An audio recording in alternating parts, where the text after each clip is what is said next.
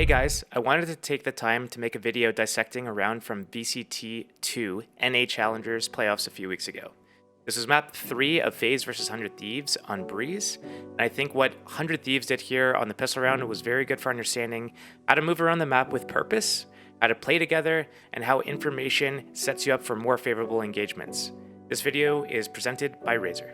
But that's just touching a lot about how Breeze will play against 100 Thieves. At the start of the round, we can see that the Viper's setting up on A, Cypher's starting towards B, and then everyone else is towards middle. They're going to try to make a little bit of action happening towards middle.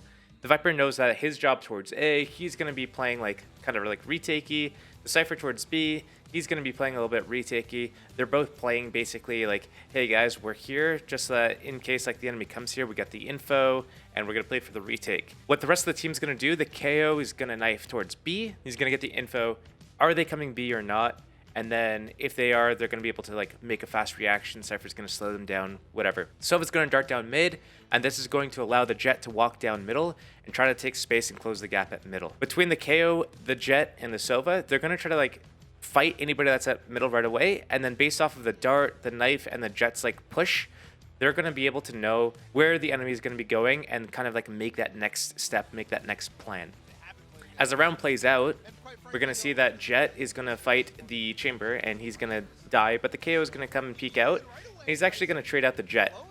So now with this information in hand, right away they're like, okay, well, we just dealt with the mid threat. B, we knifed. They're not B yet. What's going on? So we see the Sova's instantly coming around to Hulls. He's going to come and jiggle this. Hulls is open at the start of the round. It was the only position that wasn't really watched. That and elbow. The KO's moving away from mid doors as well because he's like, okay, well, I just got my kill here. They're not out A yet. I'm going to reposition with the Sova and kind of stay together as a pack with him, and we can re-clear something together. Sova's coming over to Nest real quick, just gives a jump peek towards elbow, just makes sure, hey, I want to make sure that there's nothing happening up here. Okay, they're not Hulls, they're not out A yet, they're not out B yet, and they're not also Nest. So at this time in the round, the Sova and the KO, they're looking to group up right now, and they're shifting around. They're going to move to Hulls. They're going to say, you know what, we need to close the gap even further. Right now we have a 4 versus 4. There's only limited options of like what we can do. We could decide to play 3 on one site, 1 on the other playing the retake. We could split up and do 2 at one site, 2 at the other, but that's really bad because there's going to be a lot of gaps in the round. They can sneak up Hulls, mid, whatever. So realistically, you just want to close the gap as much as possible so that you can get all the information about what the enemy is about to do, and then you can rotate earlier so you could be there stacked before they get to the site that they're actually going to go to. So KO's going to actually walk push down Hulls here. He's not going to see anything. He's going to get a lot of info though for his team, and then he's going to be like, okay, like I hear them. Oh wait, I just took out the Viper. They have no Viper wall. They were trying to group towards A. And now there's a huge stack coming from the KO, the Sova, and the Viper, playing all from the back of the site. Cypher's running over to across the map from B to A. And now the retake is going to come in. The KO is going to flash mid doors. He's going to push up with the Viper. They're going to push up the front side of the site.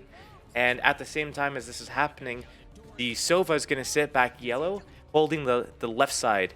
So if the attackers push to the back side of the site, the Sova is sitting there covering, making sure that's not a possibility. And then the Viper and the KO are running in front site together as a package. They put up the Viper wall, they're coming in. You know, you can make a case for, hey, why didn't you guys wait for the Cypher? What happens if like the Neon pick out the KO? That could have been a bad situation.